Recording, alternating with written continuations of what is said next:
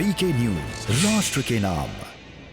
नमस्कार, आप देख रहे हैं वीके न्यूज़। मैं हूं आपके साथ नदीम अहमद। इस वक्त मौजूद है जहांगीरपुरी की गलियों में और गलियों गलियों में खाक छानकर हम ये पता लगाने की कोशिश कर रहे हैं कि क्या हुआ था वो पूरा मसला, जिसके बाद से यहाँ दो समुदायों के बीच, दो लोगों के बीच आपसी रंजिशों ने इतने बड़े तादाद में नफरती माहौल बना दिया है। हमारे साथ स्थानीय लोग मौजूद हैं, हम इनसे जानने की कोशिश करते हैं कि आप, पहला मेरा यही सवाल है कि ये बताइए कि आप यहाँ कितने सालों से हैं? मेरा सर यहाँ मतलब जन्म यहीं हुआ है मेरा, ठीक है। और माता श्री भी हमारी यहीं की थी, घंटाघर में रहती थी माता श्री। पिताजी हमारे गांव के हैं, गोरखपुर के। यहाँ पे उस दिन क्या हुआ, मैं पंखा ठीक कराने के लिए गया था।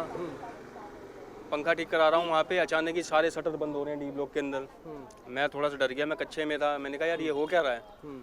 फिर वहाँ पे देखा मैंने, छोटे छोटे बच्चे थे जो उनके, वो कहने लग गए निकालो तलवार, असला बारूद निकालो। अच्छा। हाँ, तो मैं वहाँ से, मैंने कहा मैं वहाँ से भागा हुआ यूँ आया, यूँ पीछे गली से हुआ आया और देखा तो यहाँ से सीधा यूँ निकला, देखा तो सारे गेट, ये भी गेट बंद हो गया था, वो भी गेट बंद हो गया था। फिर जल्दी जल्दी मैंने गेट खुलवाया। अच्छा, एक बात बताइए, ये जो दंगा हुआ, हमने एक दूसरे समुदाय के लोगों से बात की तो उनका कहना है कि नारे शाउटिंग की जा रही थी, वो गलत बातें जो है शाउटिंग की जा रही थी। तो क्या दंगा के लिए आप किसको जिम्मेदार मानते हैं? आपके व्यू ऑफ पॉइंट से आपको क्या लगता है? सर एक्चुअली आपने एक बात देखी, नोट करी। अब वहाँ के बंदे कह रहे कि इनके हाथ में बंदूकें थी। हाँ। इस बात को नोट करना। और यहाँ के लोग कैसे भाग रहे हैं? अगर बंदूकें होती तो भागते वो। अगर यहाँ के लोगों के हाथ में बंदूक होती तो वो भागते। वो छितर बितर भाग रहे अपनी जान बचाने के लिए। अचानक ही पथराव हो रहा है ऊपर से। इस बात को नोट किया किसी ने? अच्छा, आप यहाँ बचपन से रहे हैं, आपने बहुत सारे वीडियो बाद में देखे होंगे, तो आपको क्या लगा? यहाँ के स्थानीय लोग थे या कुछ बाहरी थे? क्योंकि वो समुदाय के जो लोग हैं वो कह रहे हैं कि वो बाहरी गुंडे थे जो इस तरीके के दंगे कराते हैं। क्या आपको लगता है कि ये स्थानीय स्तर के लोग थे या बाहरी थे या बांग्लादेशी थे या रोहिंग्या थे? आपको क्या लगा? देखिए सर, एक बात कहूँ मैं आपसे, ये बहुत बड़ी जांच का विषय है, ठीक है। मैं भारत की सरकार से हाथ जोड़ के विनती करूंगा कि इस मैटर में जांच होनी चाहिए। ये लोग कौन हैं, कहाँ के हैं, इसमें पूरी जांच होनी चाहिए। जो यहाँ का नहीं है वो यहाँ से निकले और जो यहाँ का है वो स्वयं यहाँ रहे, ठीक है।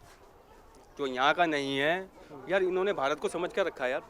जो भी मुँह उठा के आता है भारत में आ जाता है बसने के लिए। अब एक बात और नोट करना, पाकिस्तान के अंदर हिंदू उंगली नहीं उठा सकता है, उसकी उंगली काट दी जाएगी। पाकिस्तान के अंदर हिंदू उंगली नहीं उठा सकता भाई साहब। पलायन करना पड़ा हिंदुओं को। वहाँ जाके देखा आपने, भाग भाग के हिंदू आ रहे हैं। असदुद्दीन ओवैसी तो कह रहे हैं कि मुसलमानों पर अत्याचार हो रहा है, वो कल शाम को यहाँ आए भी थे। एक बात बताइए मेरे को, कानून सबके लिए बराबर है, पता है? कानून सबको एक नज़र से देखता है। निर्भया कांड हुआ, वो भी हिंदू थे, चाहे हिंदू हो चाहे मुसलमान हो, कानून सबके लिए बराबर है भाई। कानून कभी किसी में तुलना नहीं करता कि ये हिंदू है या मुसलमान। गलत किया तो सज़ा मिलेगी भाई, उसे सज़ा मिलनी चाहिए उस व्यक्ति को। आपको लगता है कि ये बाहरियों के चक्कर में यहाँ के स्थानीय लोग जो हैं परेशान हो गए हैं? ऐसा कुछ आपको लगा कि बाहरी जो है, अगर बांग्लादेशी हैं, यहाँ का अमन चैन वो ख़राब कर रहे हैं? और दिल्ली पुलिस की जो कार्रवाई हो रही है, जो जेसीबी चला, जो एमसीडी ने चलाया, उस कार्रवाई को अपना आप कितना सही मानते हैं? अपना आपका राय क्या है? देखिए, जो भी जेसीबी चलाई है वो 100% एकदम दिल खुश हो गया, ठीक है। दिल खुश कर दिया। कैसे दिल खुश हो गया? अगर आप देखते हैं कि मस्जिद की कुछ दीवारों को तोड़ दिया जाता है, मंदिर को छोड़ दिया जाता है, तो फिर ये दिल खुश करने वाली बात कैसे? मस्जिद को तो तोड़ दिया गया और मंदिर की भी बारी आई थी, इतने में सुप्रीम कोर्ट का लेटर आ चुका था, ठीक है। वहीं बुलडोजर स्वयं रुक गया था, ठीक है। उसकी भी बारी थी। मंदिर भी टूटना चाहिए था अगर वो अवैध था। हमें कोई दुख नहीं था इसमें। अगर मंदिर भी टूटता तो हमें कोई दुख नहीं है। अगर वो अवैध है तो उसको तोड़ो। जो चीज़ अवैध है उसको तोड़ी जाए, चाहे वो मंदिर हो चाहे मस्जिद हो। आप आगे को कैसे देखते हैं? पुलिस की जो कार्रवाई हुई, अरविंद केजरीवाल कह रहे हैं कि यहाँ बीजेपी खुद बांग्लादेशियों को बसाती है, रोहिंग्याओं को बसाती है और फिर दंगे करवा करके, माहौल ख़राब करके वोट लेने की कोशिश करते हैं। भाई साहब, किस बीजेपी ने बसा दिया? एमसीडी में 15 साल से वो यही रट रहे हैं। उनके सारे विधायक, सारे नेता यही कह रहे हैं कि एमसीडी में बीजेपी है, बीजेपी ने बसाया है और बीजेपी ही इसके लिए जिम्मेदार है। बीजेपी ने कैसे बसा दिया भाई साहब? अरविंद केजरीवाल को जवाब देना चाहिए कि बीजेपी ने कैसे बसा दिया इनको। इनको बसाया कांग्रेस ने। कांग्रेस का वोट बैंक है ये लोग, और कांग्रेस ने ही बसाया इनको। और ऐसे मैटर में ये राजनीति खेल रहे हैं, आके राजनीति खेल रहे हैं। ओवैसी साहब हो गए, चाहे कांग्रेस के दिग्गज नेता हो गए, आके राजनीति खेल रहे हैं ऐसे मैटर में।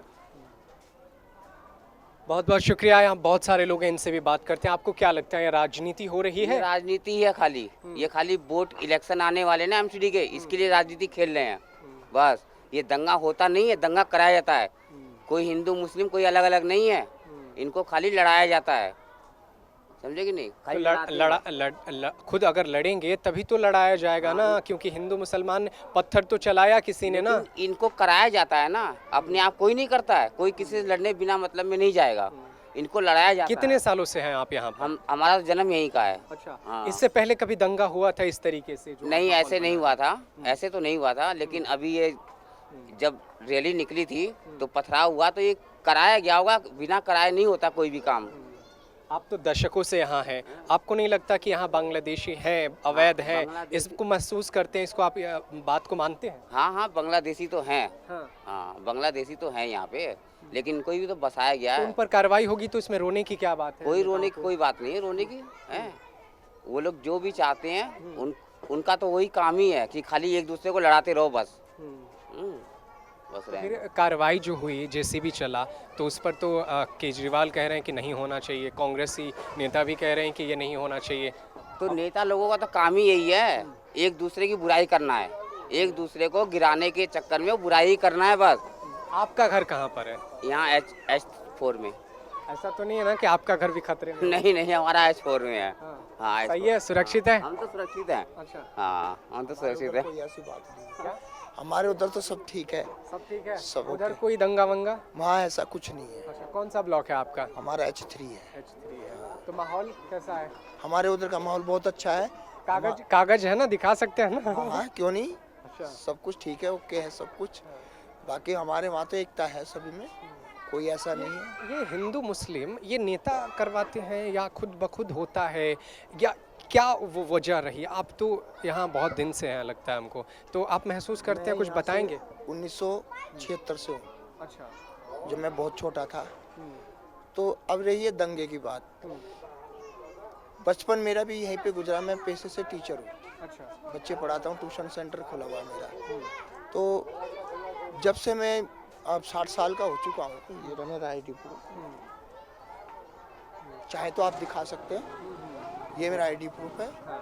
और मेरी आज तक, और मैं डायरेक्टर रामलीला कमेटी भी रहा हूँ। सी ब्लॉक में मेरी रामलीला भी चली 22 साल।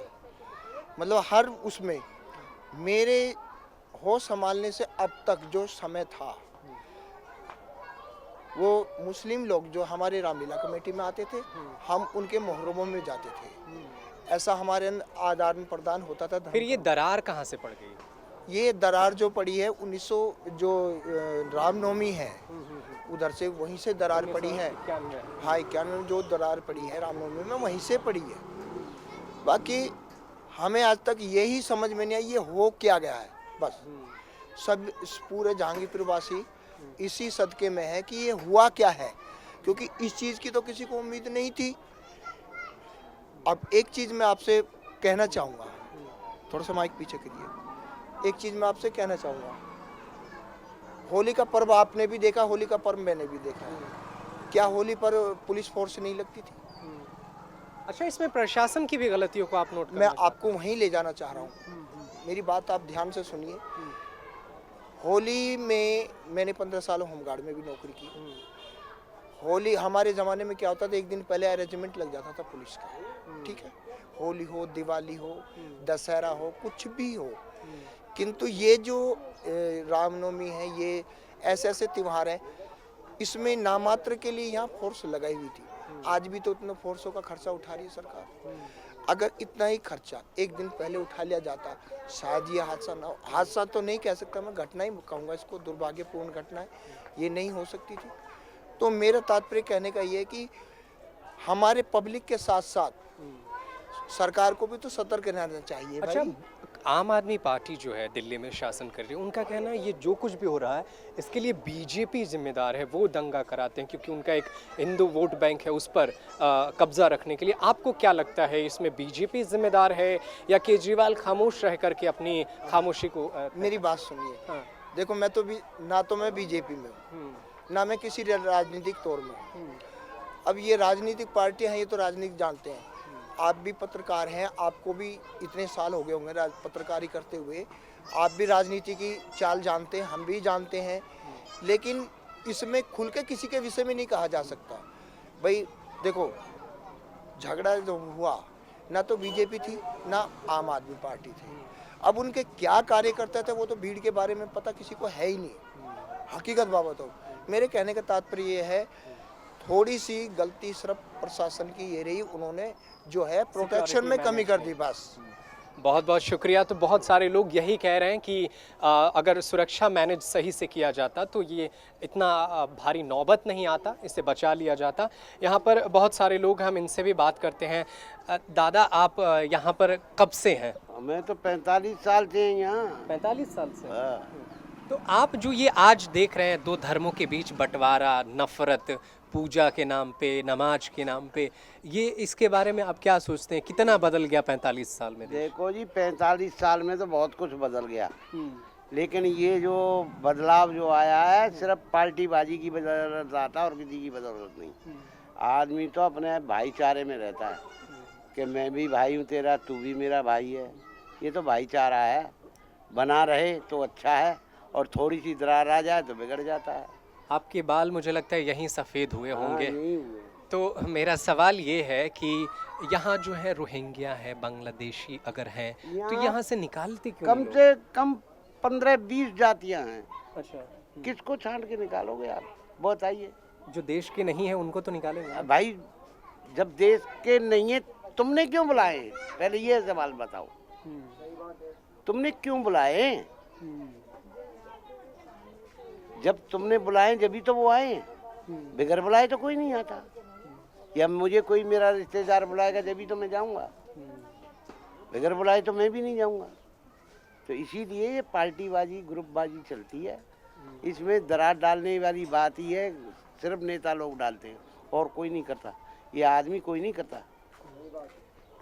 इस इलाके में, इस माहौल में यहाँ पर क्या फ़र्क पड़ा था उस दिन? इसके बाद से आप लोगों के ऊपर इम्पैक्ट पड़ा था कि दुकानें, घर बंद? नहीं जी, यहाँ तो सब मिलजुल के रह रहे हैं, यहाँ कोई कुछ नहीं आया। यहाँ कोई फर्क नहीं है, ना कोई भेदभाव है कि ये है कि वो है, ये वो है। कह रहे हैं कि मुसलमान पत्थर चला रहे थे, उस कम्युनिटी के लोग पत्थर उधर कुछ भी होता रहे, हमें उससे कोई मतलब नहीं, हमें अपने जीवलोक से मतलब है। अच्छा। हाँ। आप क्या कहना चाहेंगे जहांगीरपुरी के लोगों से, अगर आपको कहना है तो? देखो, हम तो यही कहेंगे जहांगीरपुरी के वासियों से कि जितनी भी जाति के लोग रहते हैं सब मिलजुल के रहें और किसी से नफरत ना करें, बस। बिल्कुल यही है। अगर जब कौमों के बीच दंगे दरार पैदा हो तो यही काम आता है कि आप सभी मिलकर रहें, क्योंकि इसके सिवा कोई रास्ता नहीं है। ना तो अचानक से किसी को आप हटा सकते हैं और ना ही भगा सकते हैं। यहाँ बहुत सारे लोग हैं, हम आपसे जानना चाहते हैं कि आप जो है उस दिन थे यहाँ पर जो दंगा हुआ था?